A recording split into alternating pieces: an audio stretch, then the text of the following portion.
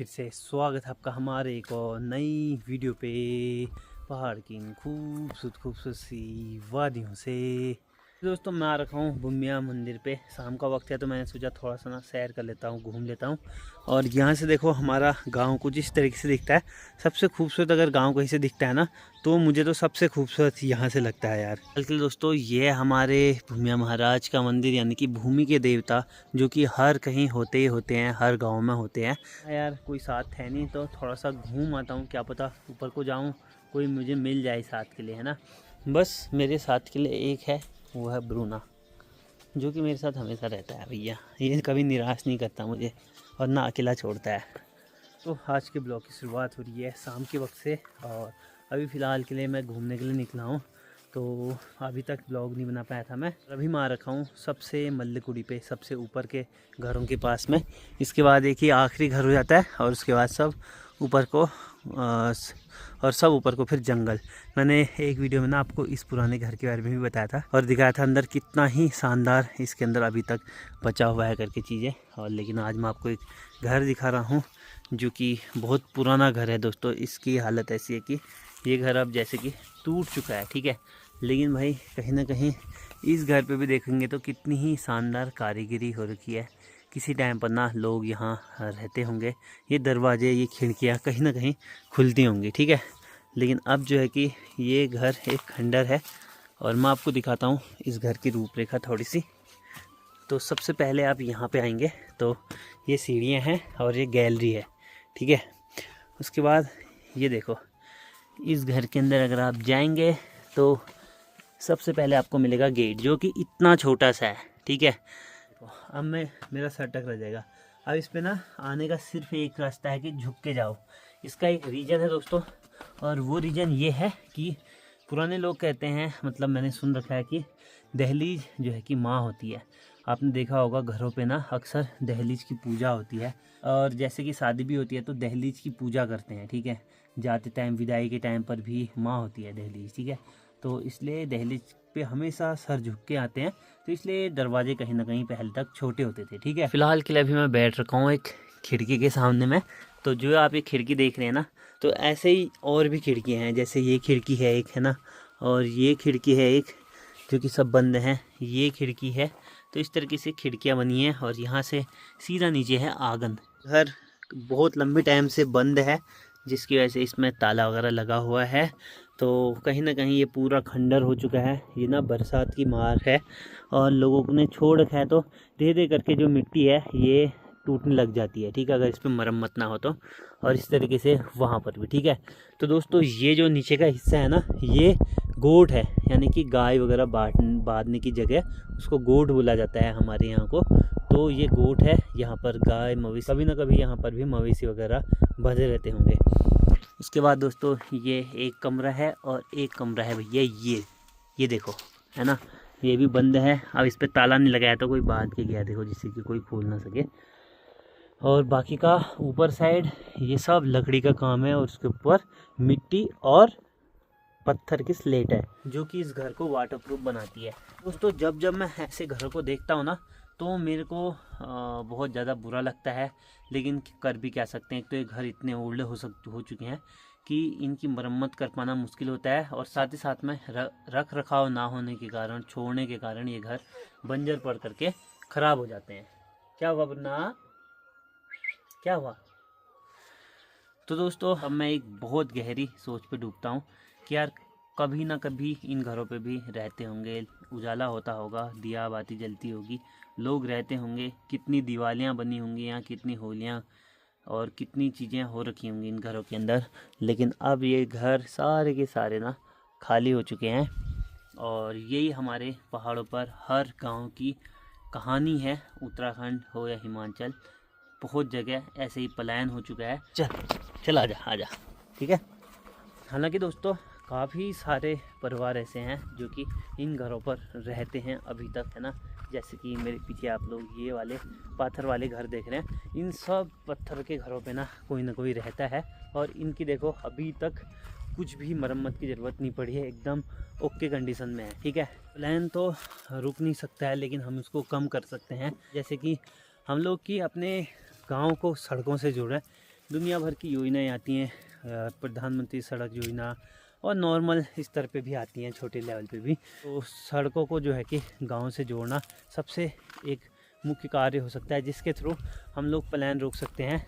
इससे क्या होगा ना, कनेक्टिविटी बढ़ेगी और लोग हॉस्पिटल, स्कूल वगैरह आसानी से जा पाएंगे। ठीक है, गवर्नमेंट स्कूलों के हाल बेहाल हैं बहुत जगह, तो गवर्नमेंट स्कूलों को सुधारने की, उनकी व्यवस्थाओं को सुधारने की आवश्यकता है। हालांकि गवर्नमेंट जो टीचर होते हैं बहुत ज़्यादा पढ़े लिखे और बड़ी मुश्किल से बने होते हैं, है ना, यानी कि प्राइवेट स्कूलों के टीचरों से तो ज़्यादा ही जो कि उनके अंदर टैलेंट होता होगा कहीं ना कहीं, इसलिए वो सरकारी एग्ज़ाम निकाल करके आते हैं।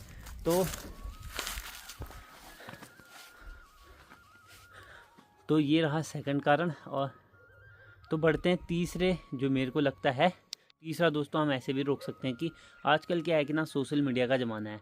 मैं देख रहा हूँ जो पुरानी चीज़ें हैं और लुप्त हो चुकी चीज़ें हैं ना, लोग उनको देखने के लिए इंटरेस्ट लगते हैं। जैसे कोई संस्कृति है, नई नई संस्कृति को देखने के लिए लोग आते हैं, तो इसलिए अपने गांव में होम स्टेज बनाइए। इस तरीके से बहुत खूबसूरत खूबसूरत घर हैं, इनमें तो कुछ चीज़ की ज़रूरत भी नहीं है, आप लोग डायरेक्ट होम स्टे बना सकते हैं।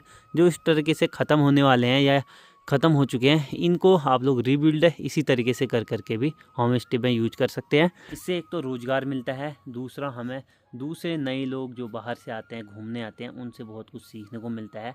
तो ऐसे ना दोस्तों बहुत सारे आइडियाज़ हैं जो कि अभी मेरे को याद भी नहीं आ रहे हैं। तो आप लोग भी कमेंट करना कि किस तरीके से प्लान को रोका जा सकता है।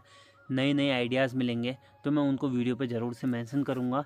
और वैसे तो यार सच बताऊँ तो ना, ये पुराने मकान जो है कि पुरानी यादों के साथ साथ ना उतने ही मजबूत हैं और उतने ही रफ़ एंड टफ़ होते हैं। हमको बाहरी जो वातावरण है उससे बहुत सुरक्षित रखते हैं। ठीक है, बारिश से बचाते हैं, हवा से बचाते हैं, ठंड से बचाते हैं, गर्मी से बचाते हैं। जबकि आजकल के जो भी मकान बन रखे हैं सीमेंट और ईंटों से, तो उनमें ना उतनी स्ट्रेंथ होती है और दूसरा भाई उस पर एटमॉस्फेयर की ना, बाहरी एटमॉस्फेयर की बहुत मार पड़ती है, जिसके कारण हम लोग कितनी सुख सुविधाएं बढ़ा लें, हीटर लगा लें या फ्रीज रख लें या ऐसी चीज़ें कर लेना, ये हमको कहीं ना कहीं वो मज़ा नहीं दे पाएगा, उल्टा नुकसान करेगा। हर किसी चीज़ के फ़ायदे हैं तो नुकसान भी हैं। तो इसलिए जो है कि हम लोग अपने ही पुराने घरों को, जिनके पास पुराने घर हैं दोस्तों, उनको संरक्षित करने की कोशिश कर सकते हैं, जिससे कि हम लोग उनको शानदार बना करके उन पर रहने लायक बना सकते हैं भाई, आराम से, है ना। अब दोस्तों मैं इस बात को ना कह पा रहा हूँ क्योंकि मैंने खुद कर रखा है। हमारा जो घर है उसकी हालत 1 साल पहले क्या है करके मैं आपको कभी दिखाऊंगा। ठीक है, मैंने वो मेमोरीज लैपटॉप पे रख रखी हैं, तो अगर मेरे को क्लिप्स मिलेंगे ना, आपको मैं अपने पुराने घर की तस्वीरें दिखाऊंगा।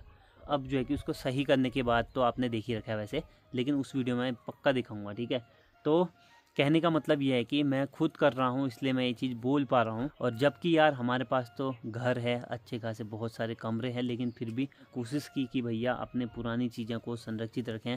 कहीं ना कहीं इन पर जो बुजुर्गों का मेहनत, खून पसीना जो बहा है, तो उसको यार बनाए रखना है ना।